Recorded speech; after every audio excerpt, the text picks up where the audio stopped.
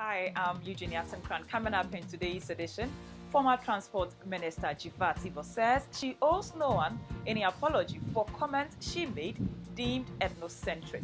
There is more on today's edition of Citi News Daily on CitiTV. Now, scores of young and old people hoping to vote for the first time in the general elections this year made their way to various polling centers today to get registered in the Electoral Commission's limited registration exercise. Now, some of the centers in the Greater Accra and Central regions encountered slight challenges, but the process was generally smooth on this first day. The Electoral Commission is hoping to register at least 1 million eligible voters by the end of the exercise, which will last for the next 2 weeks. Now we bring you pictures from the various registration points across the country.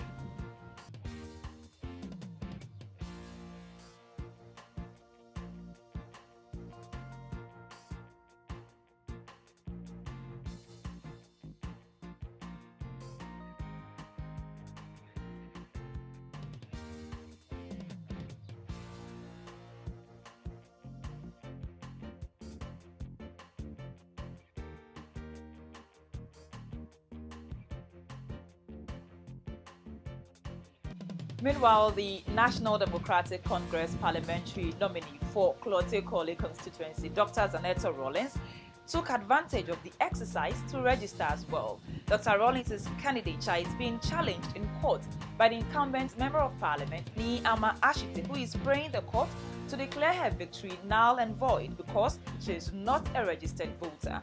It is not clear yet what her registration would mean to the current case in court. But lawyer for Mahama Gary Nemaku says Dr. Rawlings registering today strengthens their case in court. He says Dr. Rawlings has proven that she indeed was not a registered voter at the time she contested in the party's primary. Now moving on, President John Mahama says that more health facilities are being built across the country to create avenues to employ more nurses. This follows countless number of protests staged against government by some unemployed nurses and midwives who are demanding their immediate employment. President Mahama says his government is working on solutions to get the nurses employed immediately.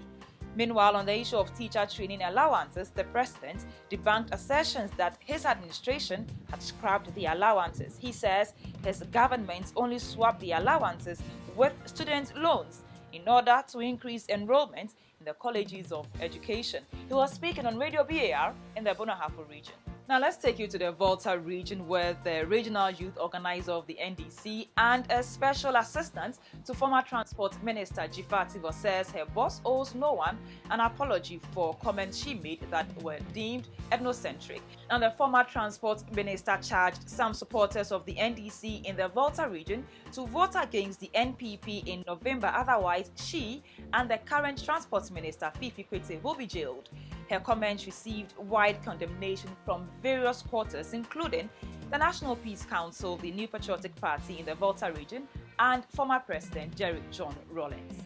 Still in the Volta Region, the Food and Drugs Authority, the FDA, has raised an alarm over the influx of adulterated palm oil on markets there.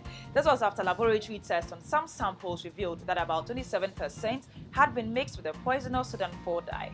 Reports indicate that traders adulterate the oil with the dye to make it more appealing to customers. The Food and Drugs Authority made this revelation during a public outreach program in the Region. And that is how we end today's edition of Citi News Daily on CitiTV. My name is Eugenia Tenkorang.